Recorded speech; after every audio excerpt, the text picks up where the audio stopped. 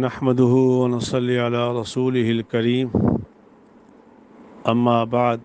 أعوذ بالله من الشيطان الرجيم بسم الله الرحمن الرحيم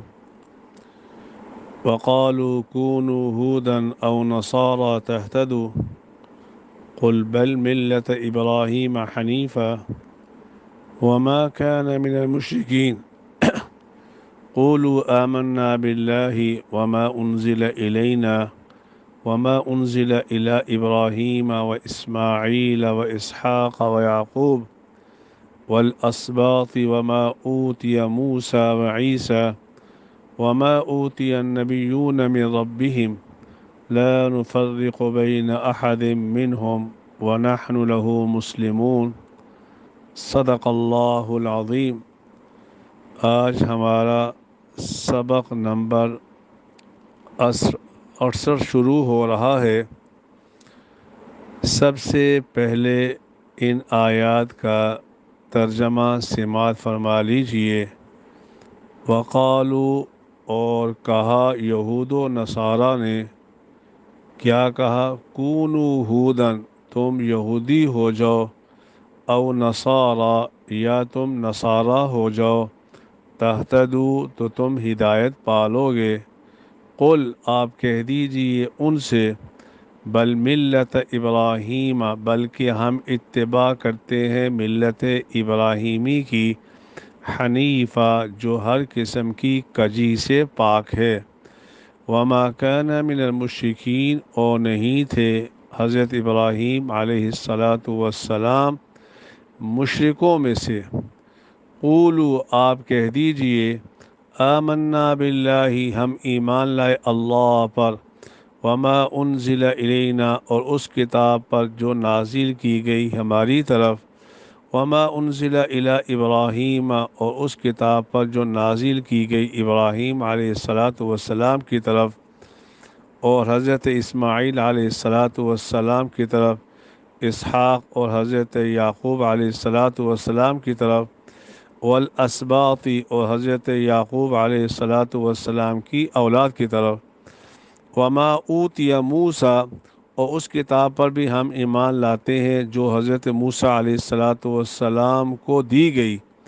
وعیسیٰ، اور اس کتاب پر بھی ہم ایمان لاتے ہیں جو حضرت عیسیٰ علیہ السلام کو دی گئی، وما اوتی النبیون من ربہم،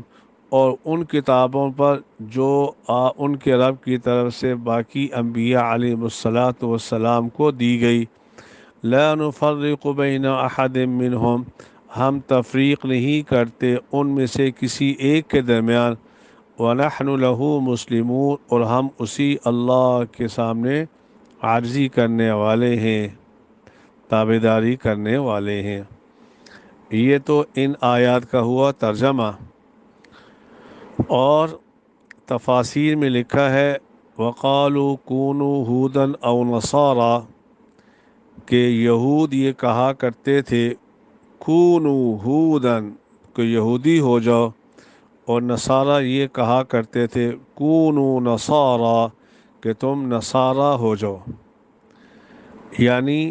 یہود مدینہ مسلمانوں سے یہ کہا کرتے تھے کہ تم یہودی ہو جائے، اور نجران کے جو نصارہ تھے وہ یہ مسلمانوں کو کہا کرتے تھے کہ تم نصارہ ہو جاؤ۔ تو اللہ رب العالمین نے رسول اکرم صلی اللہ علیہ وسلم کی زبان اطہر پر یہ کلوا دیا، قل بل ملت، آپ کہہ دیجئے ان سے، بل ملت ابراہیم، بلکہ ہم اتباع کرتے ہیں ملت ابراہیمی کی، حنیفہ، جو ہر قسم کی کجی سے پاک ہے۔ حنیفاً کا معنی غالباً علامہ جلال الدین سیوطی رحمہ اللہ تعالی نے یہ کیا ہے، مائلاً عن الادیان کلیہا الی الدین القیم، جو سارے دینوں سے ہٹ کر دین حق کی طرف جو مذہب میلان رکھتا ہو، ایسے مذہب کو مذہب حنیفہ کہا جاتا ہے، جو سارے مذاہب باطلہ کو چھوڑ کر مذہب حق کی طرف آنے والے مذہب کو مذہب حنیفہ کہا جاتا ہے۔ وما کان من المشرکین، اور حضرت ابراہیم علیہ الصلاۃ والسلام مشرکوں میں سے نہیں تھے۔ اشارہ کر دیا چاہے مذہب یہودیت ہو چاہے مذہب نصرانیت ہو، دونوں کے اندر شرک کی بو ہے، لیکن حضرت ابراہیم علیہ الصلاۃ والسلام کا جو لائے ہوا دین، اس میں شرک کی بو بھی نہیں ہے۔ اسی کا قولو، یہ خطاب ہو رہا ہے ایمان والوں سے، قولو آپ کہہ دیجئے ہم ایمان لائے اللہ پر،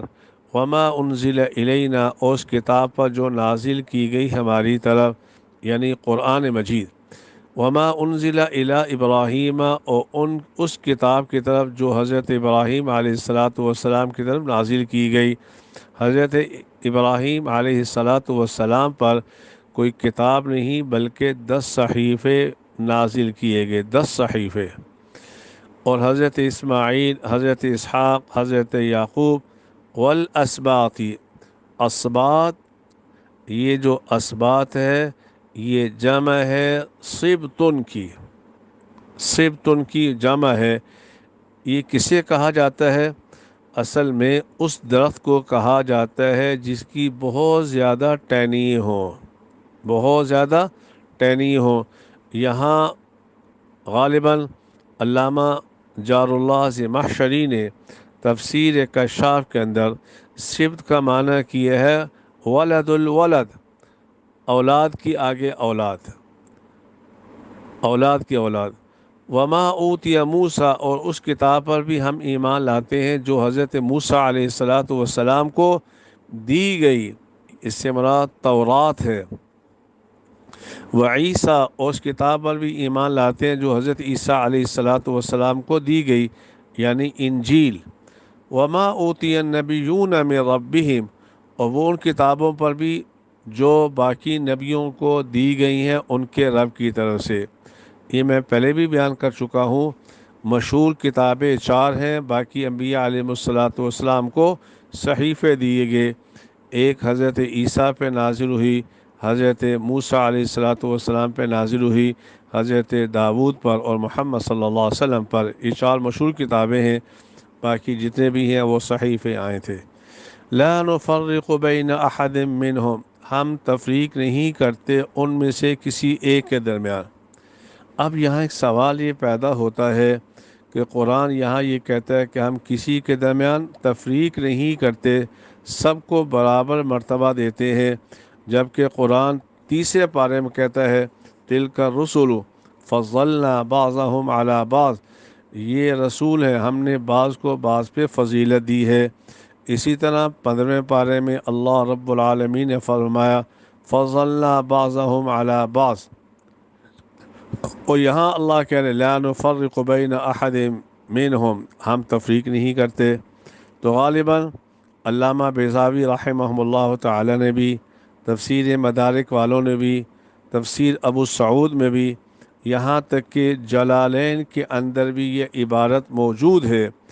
فَنُؤْمِنُ بِبَعْضٍ وَنَكْفُرُ بِبَعْضٍ كَالْيَهُودِ وَالنَّصَارَى، کہ ہم ان کے درمیان تفریق نہیں کرتے، اس کا مقصد یہ ہے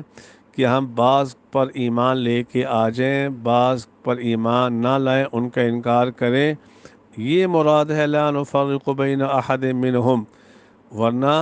بعض رسولوں کو بعض رسولوں پر فوقیت حاصل ہے،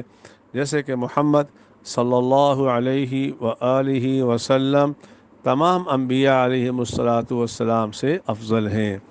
وَنَحْنُ لَهُ مُسْلِمُونَ، اور ہم اسی اللہ کے سامنے عاجزی کرنے والے ہیں۔ اشارہ کر دیا کہ جب بھی سر جھکانے کی باری آئے، اللہ کے سامنے جھکانا،